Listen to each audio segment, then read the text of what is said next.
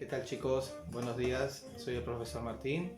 El día de hoy vamos a trabajar lo que corresponde a la frontera con Bolivia, ¿no? Hemos avanzado Colombia, hemos avanzado Ecuador, la clase pasada hicimos Brasil, ahora toca Bolivia, nos queda Chile y ya está. Terminamos las fronteras, terminamos geografía, estamos terminando lo que ustedes están trabajando en historia de los presidentes actuales, ¿no? Hemos avanzado todo, ¿no? Hemos cumplido con terminar todo lo que correspondía a historia y geografía.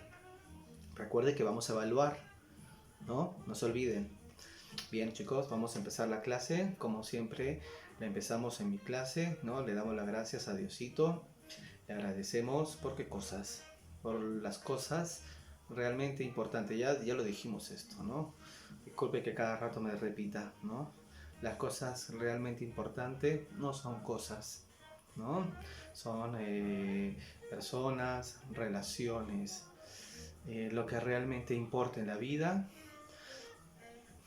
es lo que nos hace feliz. Y esas cosas que nos hacen felices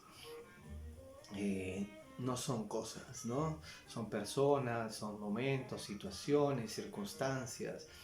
Y ahora que la epidemia que estamos viviendo nos permite valorarla más. Pensaba, ¿no? ¿Con qué voy a empezar mi clase esta vez? ¿Con qué vamos a empezar hablando con los chicos de quinto de secundaria? Entonces, saquemos lecciones aprendidas. ¿Qué se puede aprender de la muerte? ¿No?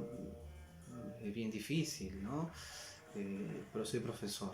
De todo tenemos que sacar lecciones aprendidas, hasta de la muerte, ¿no? De la muerte, ¿qué podemos aprender? El valor de la vida. La vida es importante, la vida es valiosa y tenemos que cuidarla, ¿no? Se nos ha sido dada, es un don, ¿no? Por eso eso de dar, ya lo hemos trabajado también ese tema del dar. El, el don de la vida nos ha sido dado, entonces está en nosotros qué hacemos con este don que se nos ha dado. Se te ha dado la vida, ¿qué vas a hacer con ella? ¿Cuántos años tienes? ¿Qué has hecho de tu vida todos estos años? ¿No? Es bien complicado, es bien difícil porque la vida es, más en estas circunstancias, y en la edad que tienen ustedes todavía están como chiquitos, pero van a llegar un momento en el cual ustedes mismos se van a poner a pensar, ¿no? ¿Qué hice con mi vida? ¿No? ¿Qué he hecho con mi vida? Por eso es que los presiono, por eso es que los profesores los presionamos tanto, para que hagan lo que quieran con su vida, pero hagan algo, que no se les pase la vida, que no miren hacia atrás y digan, no, ¿qué hice con mi vida? No hice nada, se me pasó, se fue, ¿no?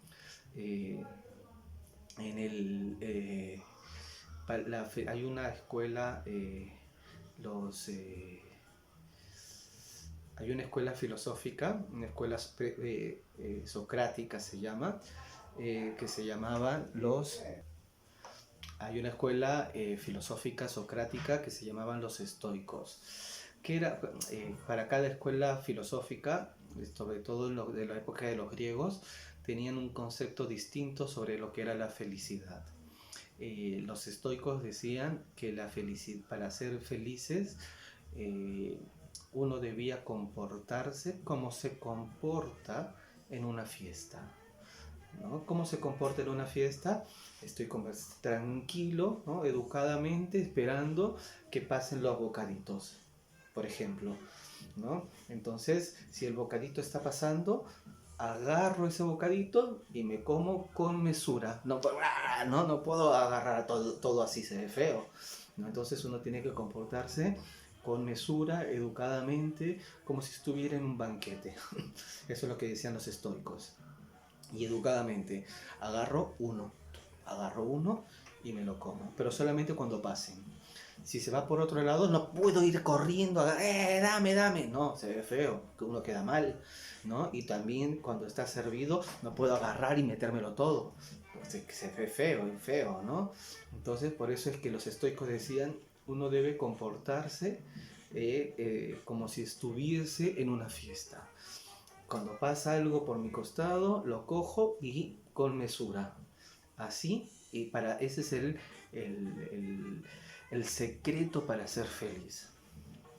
Entonces, si está pasando muy lejos, no voy detrás de él, no puedo agarrar un montón, sino siempre es con cuidado, con mesura. Así se debe comportar uno en la vida, ¿no? Entonces, si pasa algo delante de mí, alguna oportunidad, ¿no? La cojo y me agarro de esa oportunidad y la tomo, ¿no? No puedo ir a quitarle la oportunidad a otra persona para agarrarla yo. No puedo estar el exceso, ¿no? El exceso para los griegos era el pecado mortal. Entonces, cómo uno debe comportarse en la vida, eso es lo que deberíamos tratar el día de hoy. Veamos a los estoicos, ¿no? Es ir en la vida con cuidado, con mesura, cogiendo lo que nos pasa por enfrente, ¿no? No sé, se lo dejo para que lo pensemos.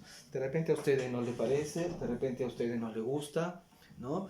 Pero le digo, las escuelas filosóficas, cómo trabajaban el asunto de la felicidad, fertilidad. Felicidad y fertilidad tienen la misma raíz, ¿la ven? ¿No? Para el griego, la felicidad estaba en relación también con la fertilidad, pero no en el sentido de parir, sino en el sentido de crear, ¿no? Alguien es fértil cuando crea, cuando hace cosas. En eso consiste la fertilidad, la felicidad. Felicitas, ¿no? Es en latín. En griego también tiene la misma raíz, ¿no? Veamos lo que nos dicen los griegos, porque todo lo de los griegos es bien interesante para analizar. Sobre todo esto lo que les acabo de decirle de sentido de felicidad estoica, ¿no? Entonces hay oportunidades. Ustedes, ¿cuál es la oportunidad? Tienen las energías, tienen la edad, ¿no? Entonces vamos por el mundo cogiendo las oportunidades que se me van presentando. Las voy tomando todo con mesura, con calma, ¿no? Al final llegará una recompensa para aquello que estoy aprovechando en la época en la cual puedo hacerlo. ¿Cuál es la época en la cual pueden hacerlo? Esta, en la que ustedes se encuentran. ¿Por qué? Porque como les digo, tienen la energía, tienen la fuerza, tienen el ánimo, ¿no? Quieren ponerse a estudiar, quieren ponerse a trabajar, quieren hacer cosas. Entonces, el tiempo tiene que alcanzarles para todo. Lo que les digo en la escuela, ¿no? En la escuela, ¿no? Hacemos siempre horarios.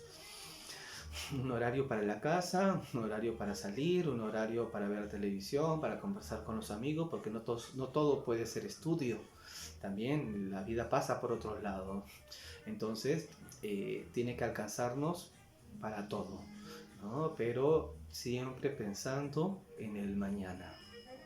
Bien, ahora regresemos a la clase del día de hoy.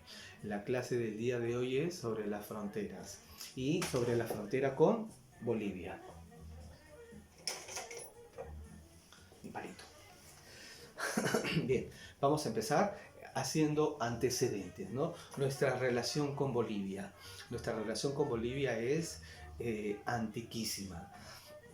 En las primeras clases de historia, ustedes me han hecho su material de estudio. En el material de estudio empezamos a ver la historia de Perú. La primera clase la tuvimos todavía cuando todavía estábamos en la escuela, ¿no?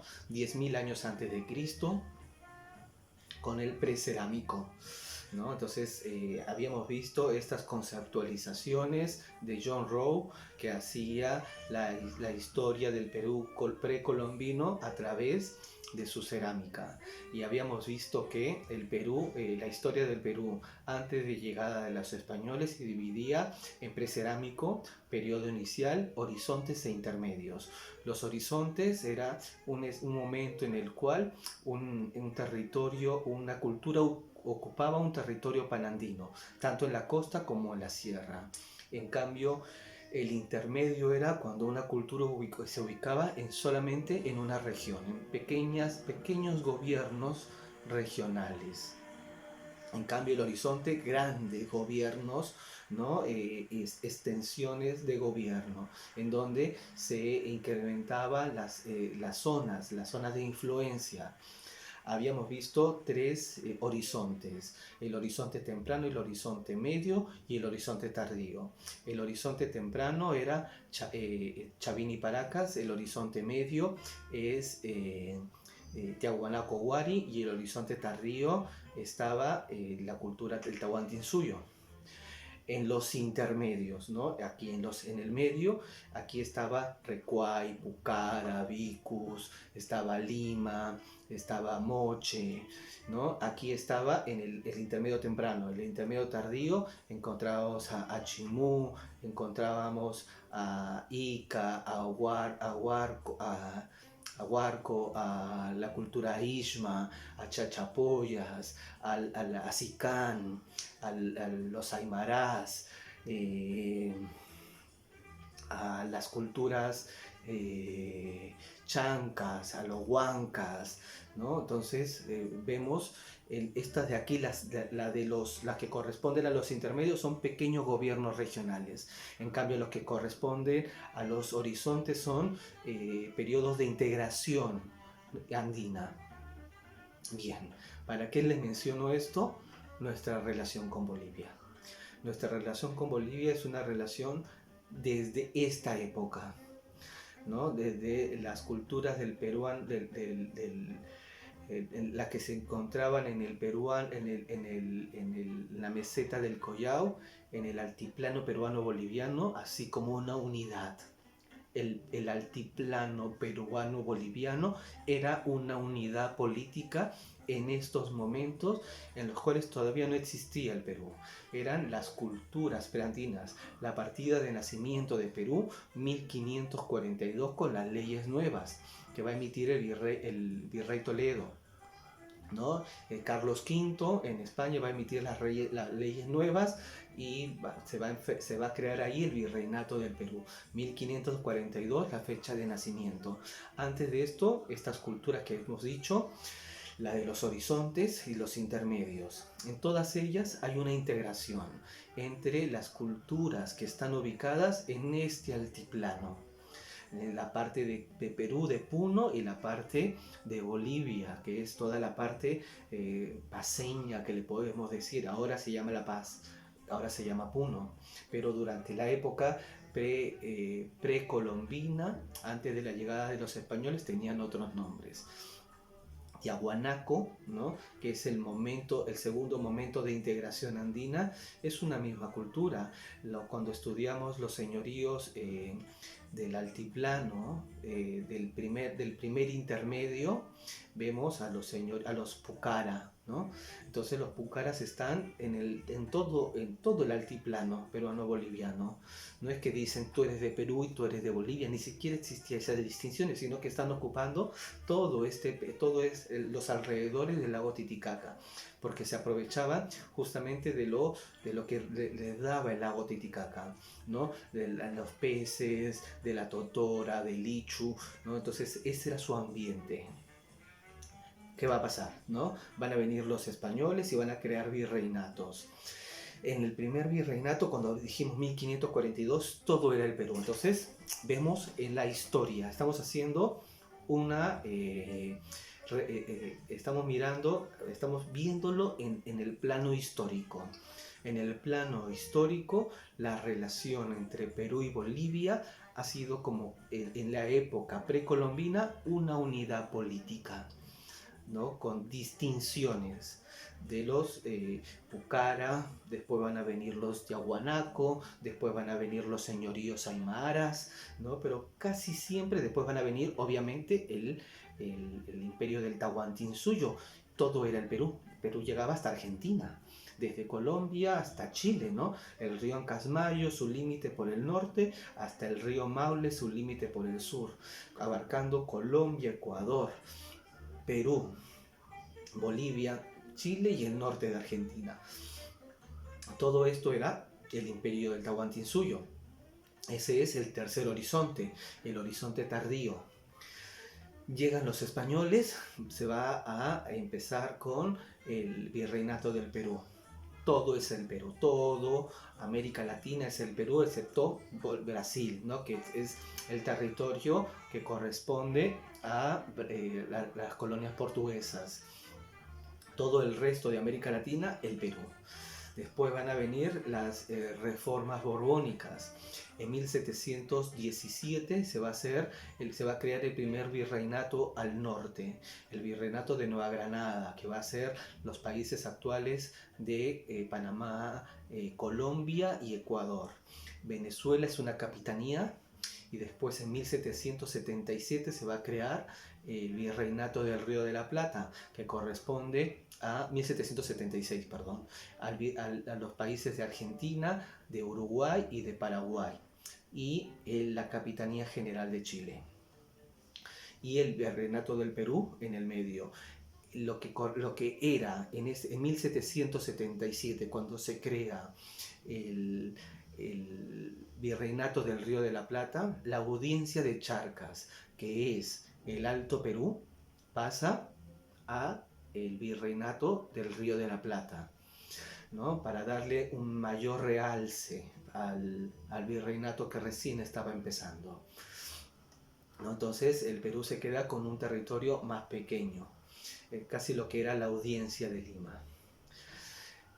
Para esta época, 1777 y 1717, cuando se crea el Virreinato de Nueva Granada, estamos en las reformas borbónicas, ¿no? Cuando han llegado los Borbones, lo hemos visto también, cuando han llegado los Borbones después de la Guerra de Sucesión Española, cuando muere Carlos II en España, el último de los reyes de Habsburgo, muere el último de los reyes de Habsburgo de la familia Austria, muere en Europa, y va a sucederlo después de la guerra entre 1701 y 1711, que es la Guerra de Sucesión Española. La vamos a ver, si no me equivoco, en Historia Universal, igual para recordarla bien. Sucede la Guerra de Sucesión Española y va a ganar la familia de los Borbones. Ellos van a poner, la familia francesa, a Felipe de Anjou, y con Felipe de Anjou, lo hemos visto, las reformas borbónicas, es donde se van a formar estos nuevos virreinatos. Como les digo, la audiencia de Charcas va a pasar al virreinato del Río de la Plata, se separa del Perú. Bien, ¿qué va a pasar? 1810, el virrey Abascal, el penúltimo virrey, Abascal, Pezuela y La Serna, son los tres últimos virreyes.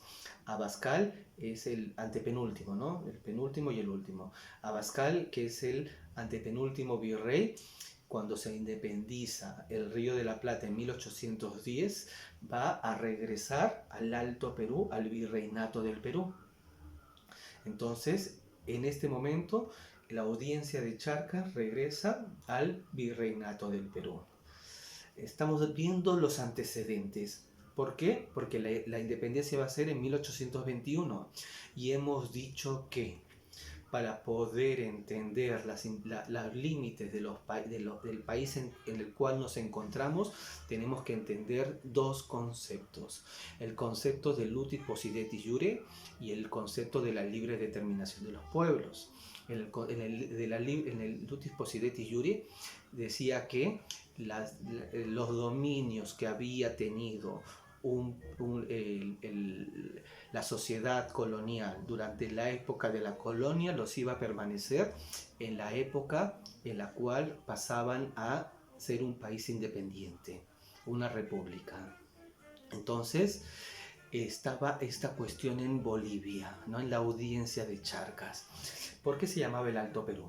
Le decían el Alto Perú porque primero el lugar donde se encontraban, así le decían, le pusieron este nombre en Buenos Aires, ¿no? En la audiencia en el virreinato el virreinato del Río de la Plata, con su capital en Buenos Aires, porque había pertenecido al Perú y era lo más alto, estaba en la meseta, entonces sobre 4.000 metros de altura.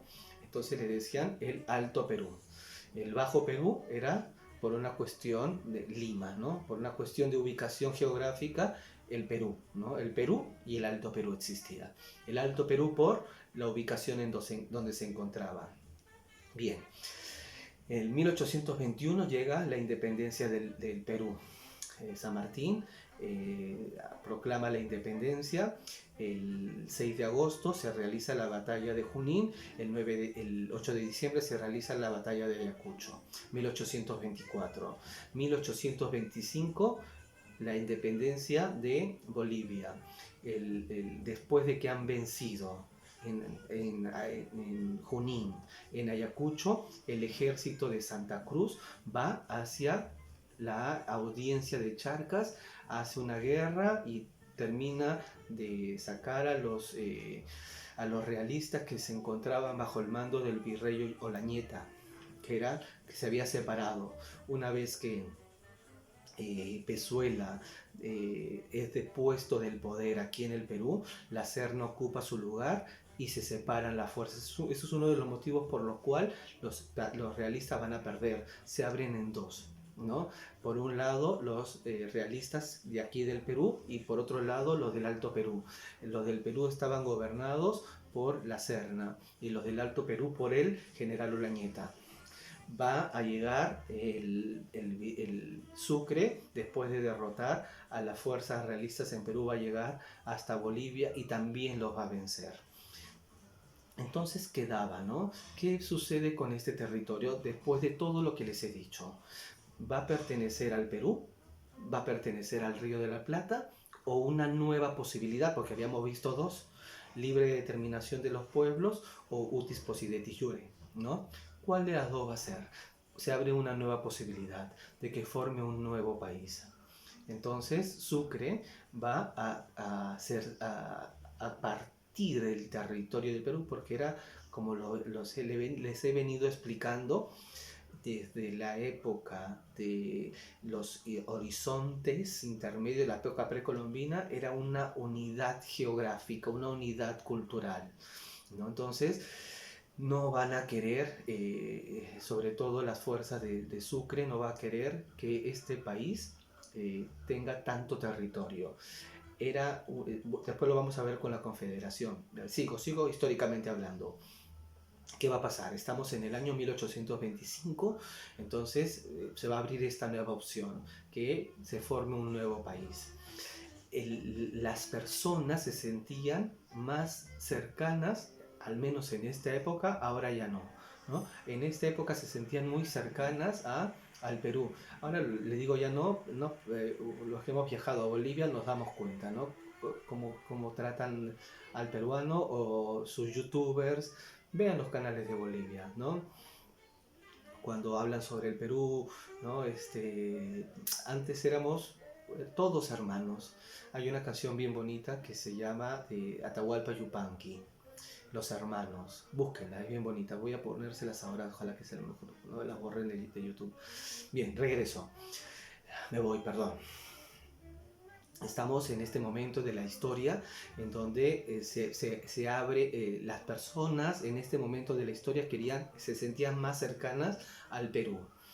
Entonces, por la libre determinación de los pueblos o por utis possidetis iure, el territorio de la audiencia de Charcas hubiese pertenecido geográficamente o políticamente o una cuestión de derecho, hubiese pertenecido al Perú.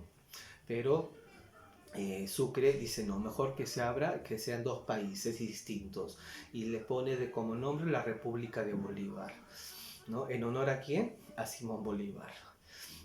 Simón Bolívar va a decir, no le pongas mi nombre, le van a poner de nombre Bolivia. Estamos en 1825, ¿no? Y se proclama presidente ante José Antonio de Sucre. Él va a ser el primer presidente de Bolivia. Estas son las circunstancias que está pasando. Ahora, ¿cómo es que vamos a plantear el asunto de los límites? Voy leyendo y vamos explicando. Durante el periodo colonial, la región del Alto Perú, actual Bolivia, correspondía a la audiencia de Charcas, lo que acabo de explicarles. que estuvo bajo la jurisdicción del virreinato peruano hasta 1776-77, cuando es la creación del virreinato del Río de la Plata. Año que fue incorporado al virreinato del Río de la Plata. Sin embargo, el virrey Abascal reincorporó la región al virreinato del Perú en el año 1810, cuando se independiza el virreinato del Río de la Plata, tras iniciarse las guerras de independencia. Estos vínculos administrativos que explicaban la interrelación económica que existió entre el Alto Perú y el sur andino peruano a través de ciudades como Potosí, Cusco, Arequipa y Arica, esta integración se mantuvo hasta mediados del siglo XIX, a pesar de la formación de los estados nacionales independientes, ¿no? Había una unidad política, eso es lo que quiero que entendamos. Había una unidad política entre todo el sur peruano y Bolivia. No eran dos unidades políticas distintas como lo puede ser ahora, peruanos y bolivianos, cada uno con un sentimiento nacional propio y legítimo. Son legítimos, ¿no? Tanto el del boliviano como el del peruano, no quiero disminuir a ninguno, los dos son legítimos. Pero en esta época todo era una unidad. Entonces, pero había mucha comunicación, por eso les digo, ¿no? Sobre todo en el sur peruano había mucha comunicación. El puerto natural de salida para los productos de la audiencia de Charca del Alto Perú era Arica. Y Arica era hasta este momento parte del Perú. Entonces, a Bolivia le convenía más salir por Arica, porque era su puerto natural de salida. Siempre lo había sido. Entonces, cuando Arica al Alto Perú, a Bolivia le convenía estar más cerca de Arica, ¿no? Porque inclusive tenía este puerto de salida y no la provincia de Litoral, que era la provincia que va a tener de salida hacia el mar, que después se la van a quitar los chilenos durante la Guerra del Pacífico. Pero lo que quiero que entendamos es esta unión, esta unidad política entre todos estos territorios. Los territorios del sur peruano y de todo Bolivia. La creación de Bolivia. Año 1825. Las fuerzas patriotas, dirigidas por Antonio José de Sucre, triunfaron sobre los realistas en el Alto Perú, ya los expliqué. Surgió entonces el dilema del destino de la región. Pues se podía incorporar al Estado argentino o al Estado peruano. Ellos, si hubiesen querido, si se hubiesen dejado al pueblo en sí, hubiesen decidido al territorio peruano, porque era con el cual tenían comunicación, ¿no? Todos estos territorios, Potosí, Cusco, Arequipa y Arica, todos eran una unidad política. Entonces a ellos más les convenía seguir unidos al Perú. Se optó, sin embargo, por una nueva. ¿Cuál era? No era ni la libre determinación ni la lutis possidetis, sino la creación de una nueva república, Bolivia, que se llamó en primer lugar República de Bolívar, en honor al libertador Simón de Bolívar, lo cual significó en principio la ruptura del principio de lutis possidetis. ¿Por qué? Porque pertenecía al Perú. Entonces se rompió este principio. Además, era un modo de evitar la formación de un gran estado que pusiera en riesgo la hegemonía que Bolívar pretendía para que la Gran Colombia tuviera. Volvemos al contexto. Hasta el año 1830 no existía Colombia, Ecuador y Venezuela y Panamá, sino todos estos eran un único país, un país enorme. Entonces Bolívar lo que quería era que su país, la Gran Colombia, fuera la que tuviera todo la hegemonía sobre todas estas tierras. La superficie del Perú es de 1.285.000 y monedas, kilómetros cuadrados. En la actualidad, la superficie de Bolivia es 1 millón y monedas. Entre los dos son como 2.850.000, pero a este momento era casi el doble. Es decir, hubiese podido medir unos 3 o 4 millones de kilómetros cuadrados. ¿Cuánto es la superficie de Brasil, por ejemplo? En la actualidad 8 millones de kilómetros cuadrados, ¿no? El hecho de tener un país tan grande desequilibraba, ¿no?, a los otros países pequeños como Chile, ¿no? Que se veía arrinconado y con una menor superficie, ¿no? Un país enorme iba a ser todo el Perú, porque iba a tener Perú y todo Bolivia, les acabo de decir el metraje.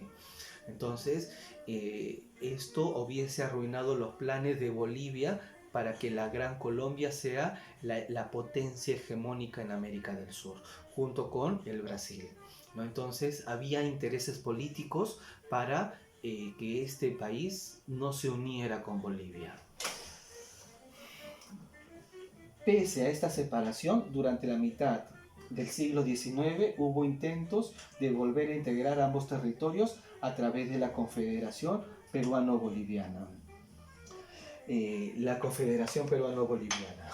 Vamos a hablar un ratito por ello, 2 minutitos le vamos a dedicar.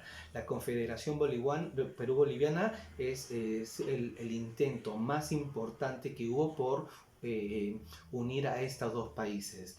Es más, van a ser un solo país entre el año 1836 y 1839. Antes nos habíamos quedado en la historia en que Sucre está gobernando Bolivia.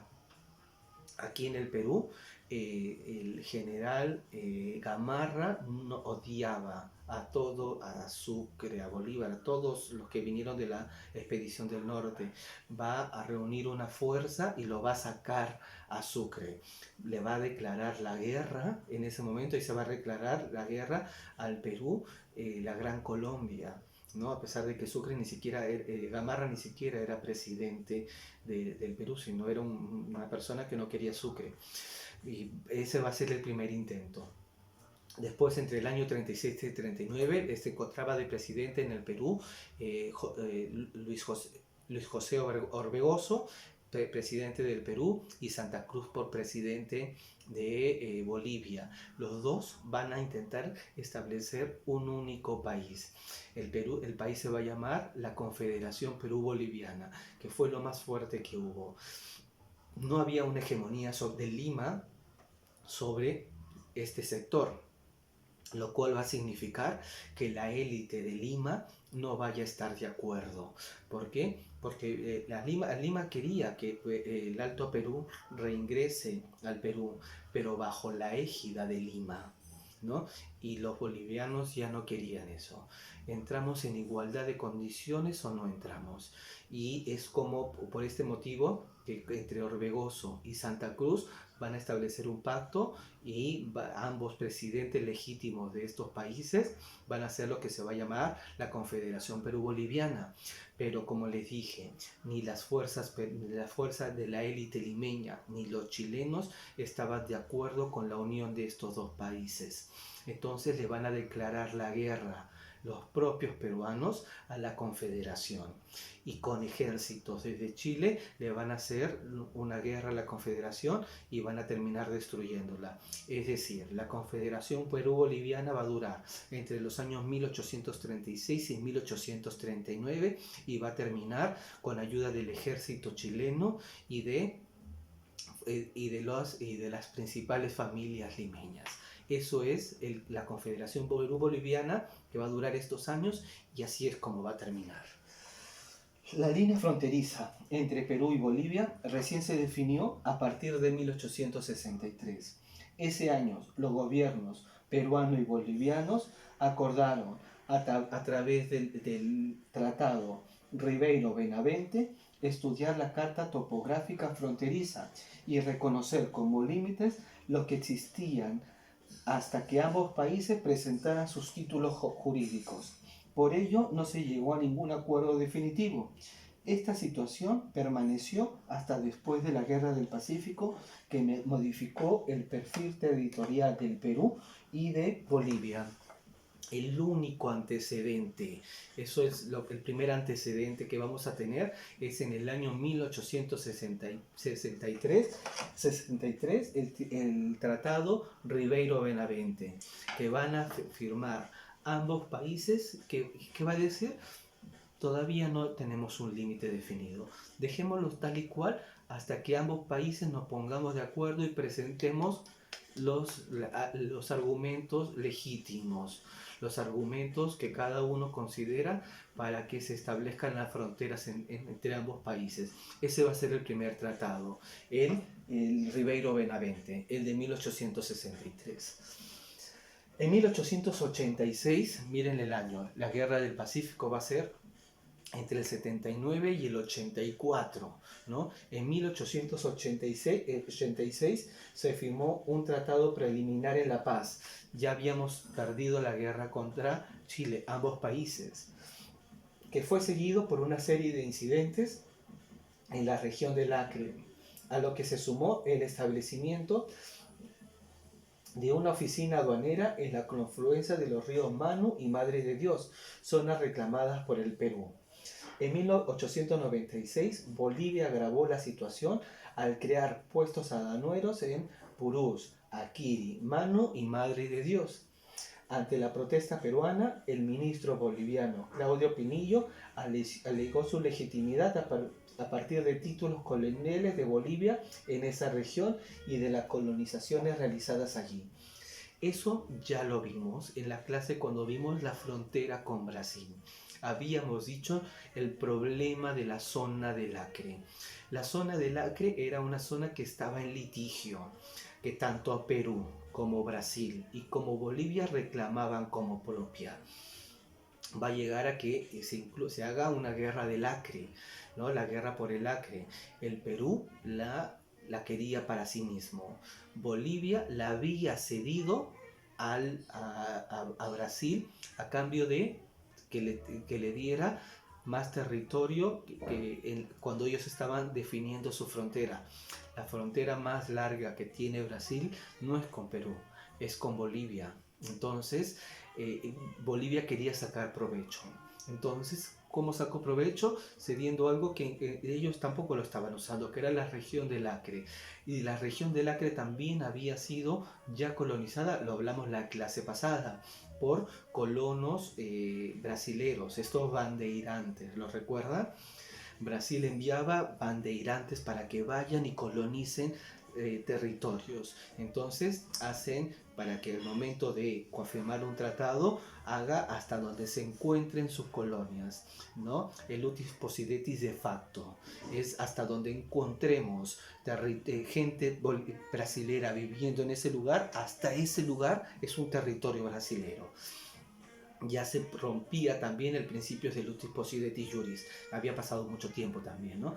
Entonces por eso le digo, Brasil avanza y avanza, y Bolivia va a ceder los territorios que tenía en litigio con Bolivia a cambio de que se le conceda otra zona, ¿no? Esa es la guerra del Acre.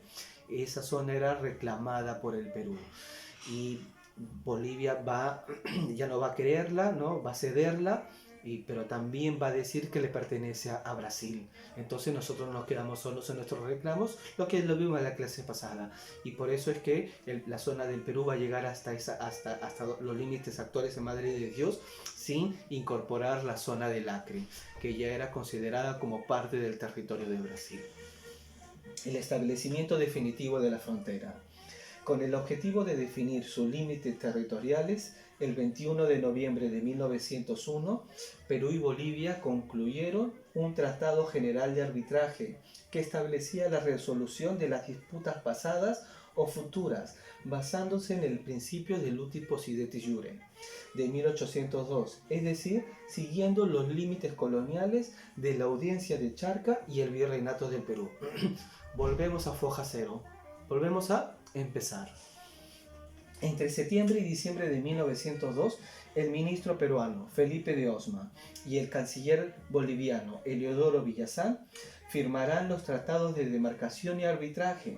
La frontera se dividió en dos zonas, una fluvial en Madre de Dios y la otra terrestre, a partir de la frontera con Chile hacia el oeste del río Suches. Asimismo, se estipuló que, cuando Tacna y Arica fueran devueltas al Perú, se demarcaría la frontera con la provincia boliviana de Carangas, que era la que da para Bolivia. La delimitación de la frontera terrestre presentaba pocos inconvenientes. El problema era la frontera fluvial, que tuvo que someterse al arbitraje del gobierno argentino. Entonces estamos en el año 1902, la zona entre Tacna y Arica con la provincia de Carangas queda en stand-by hasta que sean reincorporadas por Chile al Perú. Y ahí definimos la frontera terrestre. Centrémonos en lo que es la frontera fluvial.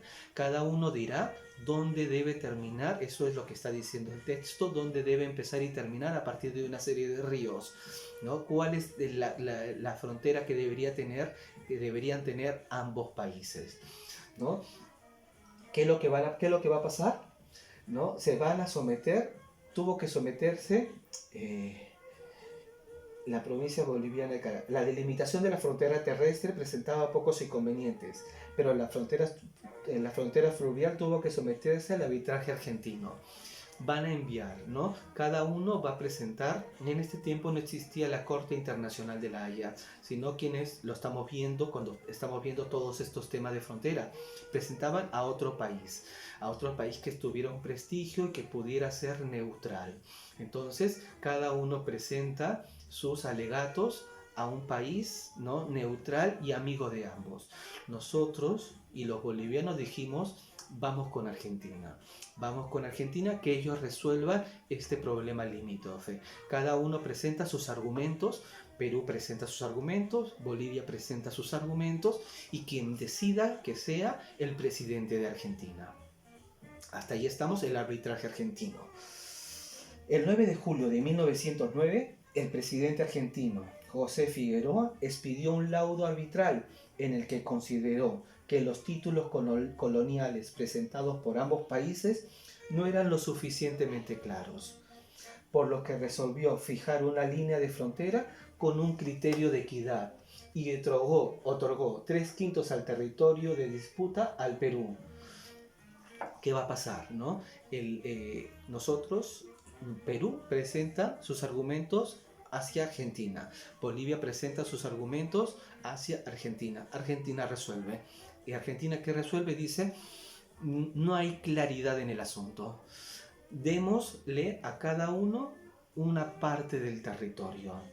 ¿Qué va a hacer Argentina? Por lo amplio que es el territorio, le vamos a dar 3/5 partes al Perú y 2/5 partes a Bolivia. Recordemos cómo se arma lo de lo decimal, ¿no? Hacen un círculo, lo dividen en 5 partes. De las 5 partes, 3 le va a corresponder al Perú y 2 a Bolivia. ¿Cuánto sería? Hagan la conversión, numerador versus denominador. Numerador, ¿no? Numerador y denominador sería el 60%, ¿no? El 60% del territorio va a pasar a manos del Perú y el 40% a manos de Bolivia. ¿Qué va a decir Bolivia? Como respuesta, no, el gobierno peruano lo aceptó, obvio, nos favorecía a nosotros, ¿no? Nosotros queríamos todo, pero dijeron, ya, nos dan el 60%, las 3/5 partes, de 5 partes nos dan 3, eso es 3/5 partes. El gobierno peruano lo aceptó, pero el gobierno boliviano lo rechazó. Como respuesta, el gobierno argentino rompió relaciones con Bolivia, ¿no? ¿Para qué me invitas si después no vas a aceptar lo que yo estoy diciendo? Es lo que acaba de pasar hace poco tiempo cuando fueron a La Haya, ¿no? Paréntesis. Puede ser muy válido el reclamo de Bolivia de querer recuperar su mar, pero se presenta ante la Corte Internacional de Bolivia, de La Haya, Bolivia contra Chile, y le dicen, ¿no? ¿A quién le debe pertenecer a mar? Bolivia quiere salir al mar. La Corte Internacional de La Haya falla en favor de Chile, ¿no? Ya lo ganó Chile, las personas que están viviendo allá son chilenos, el territorio es el territorio chileno, pero pónganse a conversar con Bolivia. ¿Qué dice Bolivia? Desconozco el fallo. No te puedes presentar ante la justicia si cuando el fallo de la justicia, si es que no te gusta, lo vas a desconocer. Me presento ante la justicia, y si la justicia, aunque a mí no me parezca bien, falla en contra, voy a tener que aceptarlo, ¿no? Entonces es un problema, ¿no? Porque si me presento ante un arbitraje legal, tengo que reconocer lo que la ley, el juez está dictando, aunque a mí no me guste, ¿no? Es un principio jurídico. Bien, sin embargo, la firma del Tratado de Límites entre Perú y Brasil incentivó a Bolivia a pactar con el Perú. En 1909, ambos países van a firmar el tratado que se va a llamar Polo Bustamante, el primer país con el cual vamos a firmar nuestro tratado de fronteras. Dijimos la clase pasada era con Brasil, el segundo va a ser con Bolivia. ¿Cuál es el tratado? El Tratado Polo Bustamante, que estipuló algunos canjes en los territorios adjudicados por el laudo argentino. Se determinó la línea de fronteras definitiva y solo quedó pendiente la demarcación en la zona terrestre. Es decir, cuando llegara lo que Chile tenía que devolvernos, que lo vamos a ver en la siguiente clase. Solo quedó pendiente la demarcación de la zona terrestre. A partir de 1925, una comisión especial llevó a cabo una demarcación definitiva. ¿Cómo va a terminar esto? ¿Cuál va a ser el tratado por el cual se definan los límites con Bolivia? El Tratado Polo Bustamante. ¿De qué año? 1909. Entonces Bolivia va a ser el segundo país con el cual firmemos un tratado de límites. El primero fue el tratado con Brasil, y ese tratado va a incentivar justamente lo que el Perú había intentado hacer, ¿no? Si firmamos un tratado con Brasil, que era lo que explicábamos en las clases pasadas, un país tan poderoso en América Latina, los otros países iban a tener que hacerlos. Entonces, diplomáticamente nos va a servir. Los proyectos de integración. Pero hasta 1925 quedaba pendiente todavía lo de la frontera terrestre. Acá era lo de la frontera fluvial, ¿no? Los ríos, lo de la zona de Madre de Dios. En los últimos años, Perú y Bolivia han desarrollado diversos proyectos de integración que se han orientado hacia zonas específicas y a diversos niveles. En la zona de desaguadero se han propuesto planes de gestión ambiental para hacer un manejo adecuado de los residuos sólidos de las ciudades fronterizas del Perú y Bolivia, mitigando el impacto de las actividades humanas en el medio ambiente.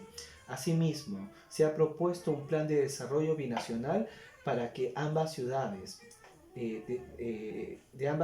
para ordenar las actividades comerciales en esta zona fronteriza. Lo que les decía, la meseta del Collao es una unidad política. Hacemos uso ambos del lago Titicaca. Entonces, tenemos que cuidarlos por igual, porque a los dos nos beneficia o nos perjudica lo que suceda ahí. Entonces, ahora ahí somos dos países distintos y cada uno con una legítima sentido de país independiente, ¿está bien? Cada uno es distinto. Bolivia por su lado, Perú por el otro. Pero tiene que haber, ¿no? Trabajo conjunto para la zona que esté que ambos usen. ¿Cuál es esa zona? Sobre todo la del lago Titicaca. Entonces hay proyectos de integración en la cual, sobre todo para el uso y el manejo de los recursos del lago Titicaca, son proyectos binacionales. Además, ha implementado otro proyecto que dinamiza la capacidad productiva de las comunidades del lago. Así se aprovechan las riberas del lado norte para la derivación de las aguas del lago a reservorio, el implante de la totora y la crianza de truchas y pejerreyes. Por otro lado, el fomento del turismo en el lago Titicaca, en las islas de los Suros, en las zonas arqueológicas aledañas, ha sido un mecanismo efectivo de integración y de mejoras a la economía. Es imposible así, ¿no? Es ir a conocer Puno y no conocer Bolivia, porque están ahí nomás. Cuando uno llega a Puno, das la vuelta y llegas a Bolivia. Vas a Tiahuanaco, vas a La Paz, conoces, todo está cerquita. Entonces, ahí también, y la gente por lo regular viene a conocer Cusco, Puno, y de ahí de pasadita se va hacia Bolivia. A los bolivianos también les conviene, porque como le digo, todo es una unidad política. ¿No? Es la misma historia, hay un pasado histórico rico entre ambas civilizaciones, que es una misma civilización. Entonces, a ambos países les conviene esta integración, no tan solo al Perú, ¿no? Bolivia también ha sido parte, así que todos somos hermanos, los que le decía hace un rato. Considerando las limitaciones que afronta Bolivia debido a su mediterraneidad, desde 1992 el gobierno peruano ha establecido estrategias para que ese país disponga de una zona comercial en el Pacífico, desde donde pueda exportar sus productos.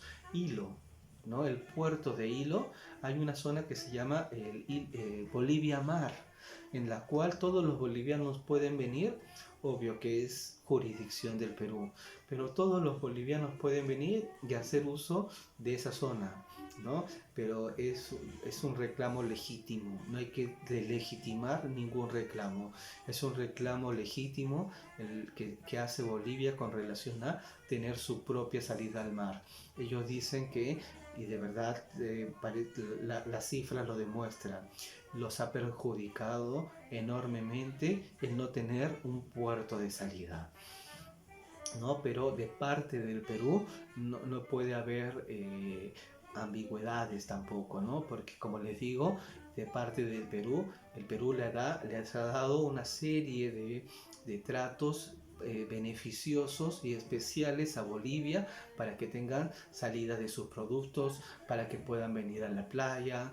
Obvio que es parte del territorio peruano, soberanía peruana, pero los bolivianos podrían venir fácilmente para acá, pero ellos quieren tener lo propio, ¿no?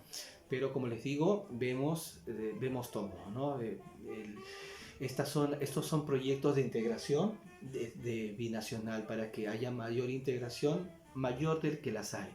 Cuando uno llega, como le digo, a esta zona de Puno en el límite entre Perú y Bolivia, la gente camina, entra y sale, la gente de ahí, de la zona, cargan sus cosas, entras y sales como si nada.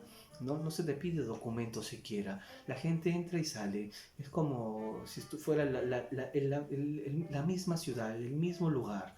¿No? ¿Por qué? Porque están muy unidos comercialmente, ¿no? Están muy unidos históricamente estas zonas.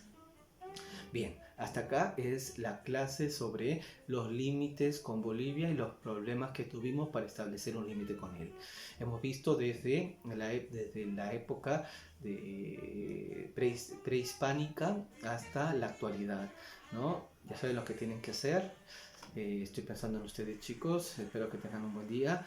La siguiente clase es la clase de los límites con Chile y terminamos los límites. Y de ahí vamos a Economía e Historia Universal. Espero que tengan un buen día, chicos. Estoy pensando en ustedes. Nos vemos. Chao.